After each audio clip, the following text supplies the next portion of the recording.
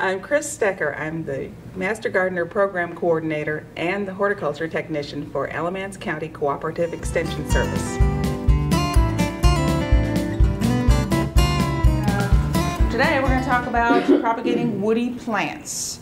So this will be your shrubs and trees around the yard. We have several different methods, and we're going to discuss them first here, and then maybe we'll do a little bit hands-on. So first of all, we've got a couple methods we're going to talk about today: ground layering, air layering, and cuttings, which is actually the most used method. And ground layering, which sometimes happens on its own. If you have a lot of shrubbery, like azaleas will do this, and hydrangeas, where the branches touch the ground, you may realize when you're picking them up to weed or whatever that they've actually already rooted into the ground. You can cut that off at the mother plant and have a new plant. So it's an easy way to propagate azaleas, rhododendrons, and hydrangeas. You can do it on purpose rather than having it happen as an accident. If you've got these low-hanging branches, like on this hydrangea, so be on the ground, just clear the mulch away so you expose the soil, and break up the soil a little bit. And then this is important, you wound the branch. Now in nature this probably doesn't happen when it happens naturally, but you're going to encourage it to form roots at this wound. So that's where you would wound it. And then pin it or weight it. You can use a brick, you can use, that's a greening pin, you can use that, anything. Keep it in contact with the soil. Okay. And then you wait. How did you wound the branch? I'm sorry? How did you wound the branch? I mean, you just do a little cutting or something somewhere else? It's just scratched a little bit. Oh, okay. Just scratch. You want to scratch the phloem and the cambium. And it needs to be on the side that's going to the soil. Right. That surface will touch the soil. Okay. And then you wait. Sometimes it'll take 6 months to a year. But then you can see that it has formed roots here. And you're going to cut it away from the mother plant, leaving the roots with the new plant. This is the new plant over here. The mother plant's off in this direction. And then you just shovel it. And when I did this, the soil was very, very wet. This is probably not the best soil to be working in, but it was one of those springs where we had a lot of rain. Okay, so you're just going to dig it up, and then you're going to plant it basically the way it was growing in the ground, and you'll have a new plant. Cool. Air layering. What's the best time to do this? Anytime where it's actively growing. You could do it right now. You could do it in the winter too. It probably would be less. It probably won't start growing roots until it's the soil temperature is right for it. So, Chris, are there particular things that are good to do that with? In other words, particular plants that are anything that has any plant that has low growing branch, hydrangeas. On your handout there is well, this is for cuttings, but any of those plants would also work this way if the branch can touch the ground. Obviously, if your maple tree, it's going to be really difficult to get the branch to touch the ground. However, your Japanese maple that has very low-hanging branches, you might try it with that. Nothing lost if it doesn't work, because you haven't really spent a lot of energy or time on it. Okay. This way we're going to do basically the same thing as the ground layering, only we're going to do it in the air. So this would work better on a tree. So we're inducing a part of a woody plant to develop roots by wounding the stem and enclosing it in moist moss. Some candidates, again, rhododendrons, camellias, azaleas, hollies, magnolias, fruit trees. This is a good thing to do. Apples, pears, pecans, grapevines. I know that Benjamin Vineyards, they do this with their own grapevines, and roses.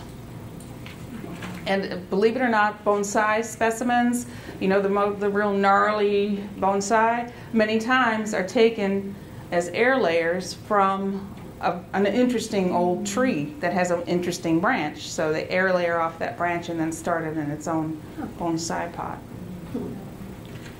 So it's an ancient system that's been used by the Chinese and Japanese for centuries. So you pick a branch about the size of a pencil or a little bit bigger. This is a camellia. You wound the stem, and this is a kind of a precise way of wounding the stem. And you're going to take a sharp knife and make 2 parallel cuts I'll show you some pictures of this because this may not make sense until you see it. About 2 times the diameter of the branch apart, around the stem and through the bark and the cambium layer. Connect the 2 parallel cuts with 1 long cut. Remove the ring of bark, leaving the inner woody tissue exposed. And this is how it's going to work. We're going to make a cut here, a cut here, a cut down here, and you're going to peel off this bark. It'll peel off very easily, all the way around.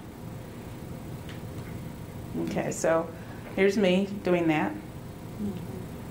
I didn't even cut myself, so that's how easy it is.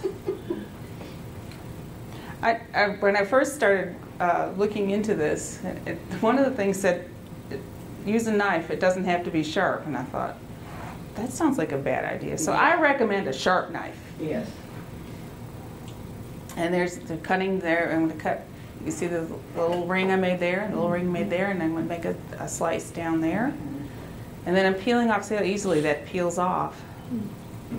And then one thing you want to do is, this green here, this is actually the cambium layer of the plant, or part of it. And what might happen if you don't scrape that off is it might actually try to heal itself and and not grow roots. It'll grow more bark instead of growing roots. So you want to scrape that off. You want to get down to just the xylem, the center part of the stem. In a stem, I'll give you a little botany here. The stem is the bark, which is the phloem basically, and then the cambium, which is this greenish layer here, and those 2 things are where the action happens. And then the xylem, which is the center part. So it's one takes water up, one takes water up, one takes energy from the sun down. So anyway, you want to make it so that you've interrupted that whole cycle. Because then you've got that, and you may or may not, you may not need to do this, but you can apply a rooting hormone, which is an auxin. And we're going to talk about that some more when we talk about cuttings to the wound. And then you're going to apply a handful of damp sphagnum moss that you've squeeze the moisture out of. You want to use sphagnum moss rather than peat moss, because peat moss is just basically powder. Sphagnum moss will hold the moisture better. And then tie it in place. Wrap clear plastic around the sphagnum moss several times and secure it with electrician's tape at the top and bottom. And we want the seal to be such that excess water can escape, but moisture will be retained. And then wrap the whole thing with a sheet of aluminum foil with the dull side out. And this you do because the roots are not going to grow toward sunlight, which will be available to it through the plastic wrap. So you put the foil on to keep it dark, but you want this dull side out to keep the birds from pecking on it, because they won't see the reflection as easily. So here's me doing. By the way, this is really hard. So I have another way. So this is what I did. And that's your finished package after that. But there's an alternative method. This method is easier for a person doing it on their own with no help. Take a quart-sized plastic storage bag and open it up, cut down one side, cut across the bottom so you open up like a book. And if it's a Ziploc, you want to cut that part off. Gather the bottom and fasten it to to the stem underneath your wound and tie it with a rubber band that has been cut. A rubber band that's cut in half cut open makes a great little baby bungee cord. So you just tie that on there. And then you pack the pocket with your damp sphagnum moss and tie off the top of the second split rubber band after wrapping the bag around it. And make sure the package is tight. It's a little harder to tighten the bag than it is saran wrap. And then wrap it with aluminum foil with the dull side out again. I brought a branch in so I could demonstrate this. There's my wounded stick with the bag under it. You gather it up like that, put your moss in, and make a nice little package. Wrap it with foil, and then you check it and wait. Check periodically to make sure it's still moist. You can sort of tell by feel. After about 8 weeks, you peel back the foil to see if you should be able to see the white roots coming, so they're visible through the plastic. And when it's rooted, then you cut it off from the parent plant below your package. Carefully remove the plastic without disturbing the roots or removing the ball of moss. Leave the ball of moss there. And then you can plant it in a container filled with a moist potting mix, or you can plant it in a well-prepared soil bed. If when you unwrap it there are roots but it's a little bit dried out, you might want to soak the whole thing in a bucket of water for an hour or so just to rehydrate it in case it's dried out some. Okay, so that's it for air layering. Let's talk about cuttings. So you can plant it directly in the ground. You can. This year. As long as your bed is well prepared. I would not put it in just the heavy clay soil. Should it be on the north side of the house or in preferences? Well, whatever situation the original plant was growing in. Because the good thing about this is, you want to do, by the way, I didn't even tell you, when you do the air layering, you would like to have something that's about 18 inches to 2 feet long, not much more than that. Now, whatever situation that plant was growing in is still growing in that situation because it's right there. You don't have to harden it off. It'll still be in that light situation. So just want to make sure that you keep it watered because it's been moist. Is it a good idea to have the top part above it have a lot of leaves and everything so that... Oh, that's a good point. Good point. She asked if you need to have a lot of leaves on it, and it would be a good idea to remove some of the foliage when you plant it. You can leave all the leaves on there when you're trying to grow roots on it, but when you plant it, you would like to remove some of the foliage at least in order to keep it in order to keep the pressure off the root system. So you want the root system to be able to grow without having to support a whole lot of leaves. It should be fine, but just remove some of the leaves.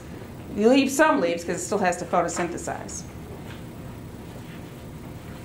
Okay, so when you take new plants from cuttings, there's 3 types of cuttings. There's softwood, which is soft, succulent, new growth of woody plants just as it begins to harden. And you're going to see a lot of that out here today because we're kind of early in the season for taking cuttings. Shoots will snap easily when bent, and the youngest leaves have not quite reached mature size. Semi-hardwood, which is what we're really looking for most of the plants that are on the list today, is this year's growth, the wood has matured, and the leaves are full size.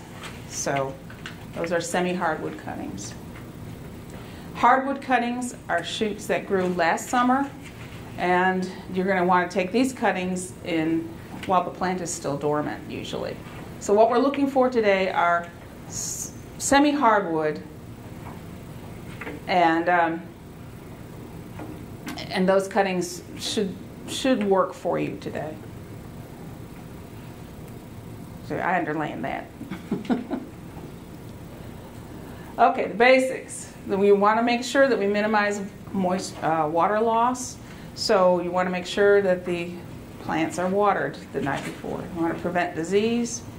You want to encourage root formation. And here's how we're going to do that. You want to start with well-hydrated cuttings. And of course, the best way to do that is to water the day before. However, we've had so much rain, I think you will find that all the plants in the garden are well hydrated. And you want to take the cutting in the morning. That'll keep it, make sure it's turgid and it has all the water in it. Process the cutting immediately or stand the cut end in water. Decrease the leaf surface by removing most of the leaves. Use a pre-moistened medium and water well after sticking the cuttings. And then enclose the pot and the cuttings in a plastic bag to maintain the humidity. You want to keep it out of direct sunlight. A good thing to do with that is to put it outdoors, but put it behind your shrub border.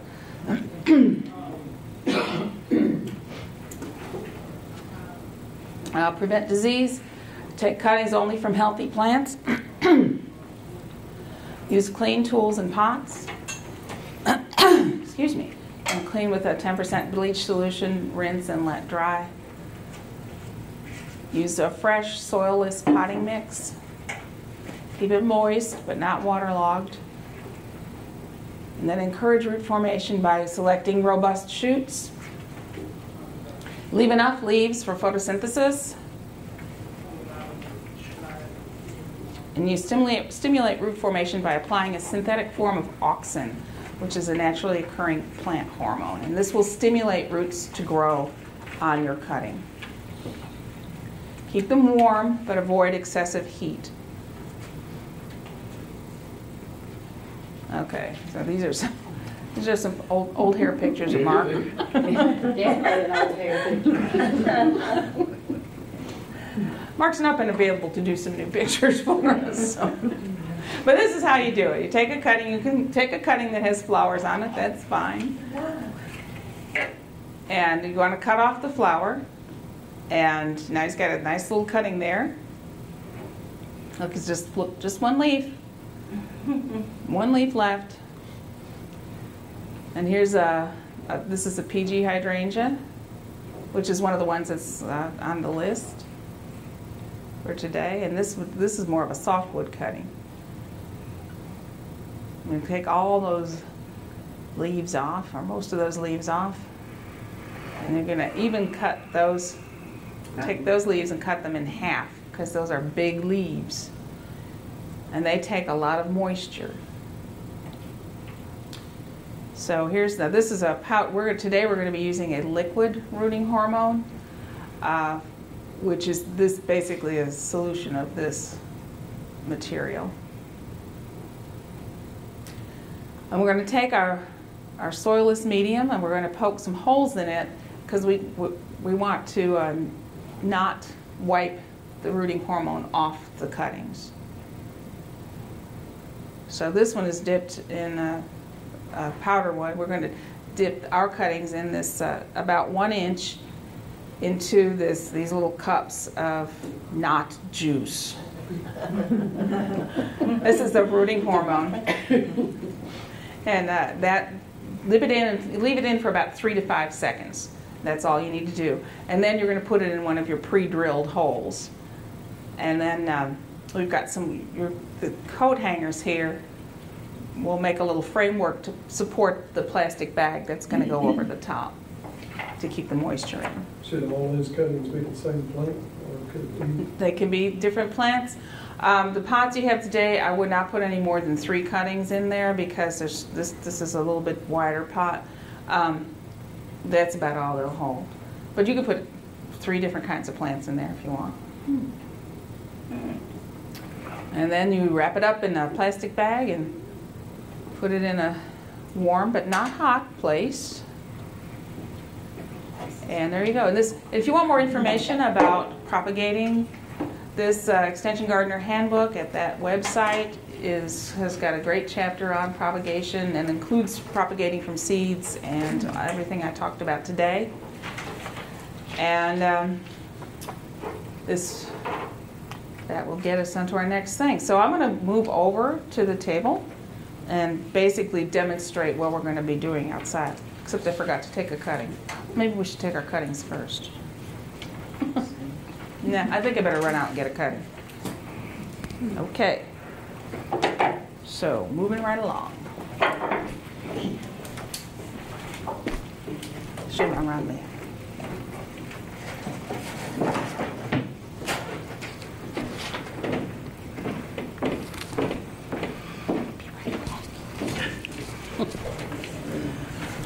Okay. She's gonna go grab some cuttings. I actually think this plant is on the list. Okay, we're gonna take this. This is Osmanthus fragrans. And I'm gonna take a cutting, not very big,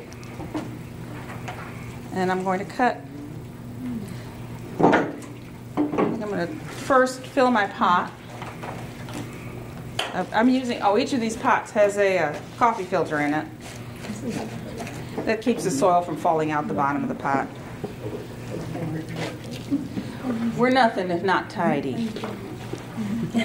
Oh, by the way, if you find some ants in your potting mix, don't be alarmed. They're not fire ants. So this potting mix has not been pre-moistened. All of the potting mix in those has been pre-moistened. So you're going to pre-moisten this, and what we did was water it and let it stand in water for just maybe about an hour, and then drain it, and that should give you about the right level of moisture. So now we've got this potting mix, and we'll take a pencil, and I'm going to drill 3 holes because I'm going to do 3 cuttings, but right now I'm just going to do 1. And I'm going to take a cutting here. This looks like a pretty good cutting. And I'm going to take off all these lower pieces.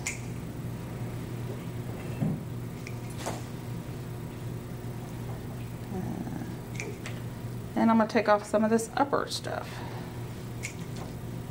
And let's see.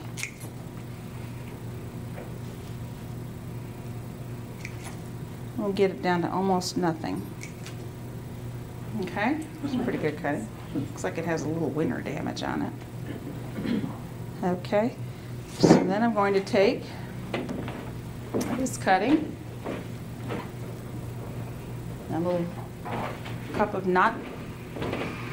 rooting hormone here. I'm going to leave it in 1, 2, 3. Stick it in the hole. You're going to put it in about an inch deep, a little bit more, and just firm the potting mix around it. And then I'll demonstrate how to make these tents. It's pretty easy.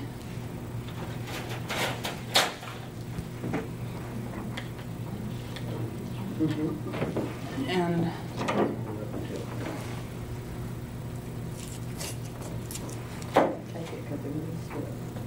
just a little bit of tape there to keep it from sliding apart. And then, the plastic bags.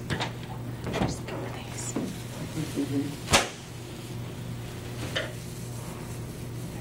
You really don't want to have this be in direct sun because the plastic bag can act like a little terrarium and heat things up on the inside and make it miserable for your soon-to-be new plant.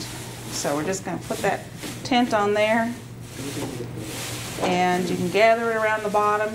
We're mostly just trying to keep it humid in there. You want to keep the plastic from touching the leaves of the plant, so put them more closer to the center.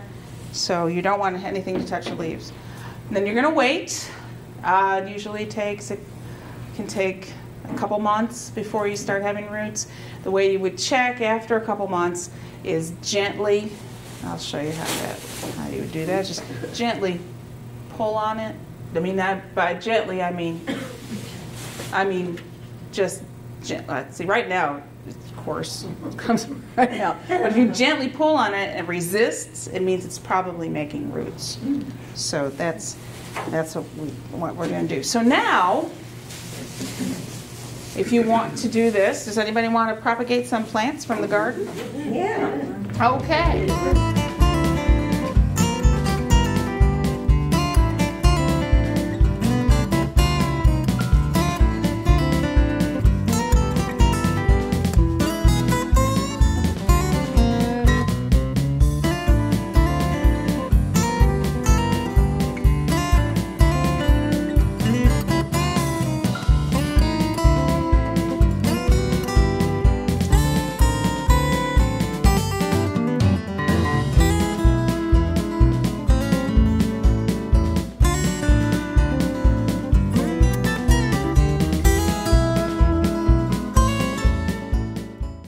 if you've got cuttings that are more softwood than hardwood, I would, I want to further dilute your mix. So if you need a do-over, because some of the ones that are softwood, when you mix this up, you mix it according to what kind of cutting you're rooting, and that could include, if it's a softwood cutting, it would be a weaker solution than a hardwood solution.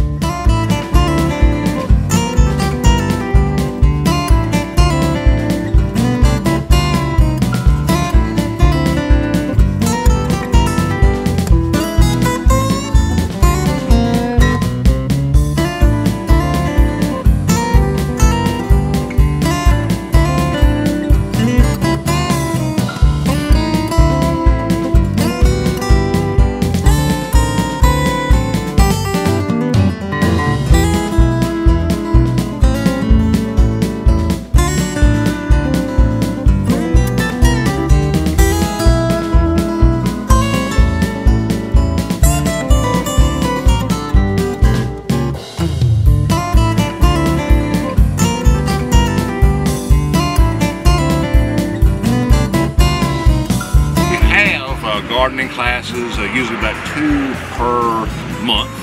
So I think Green Thursday's class schedule.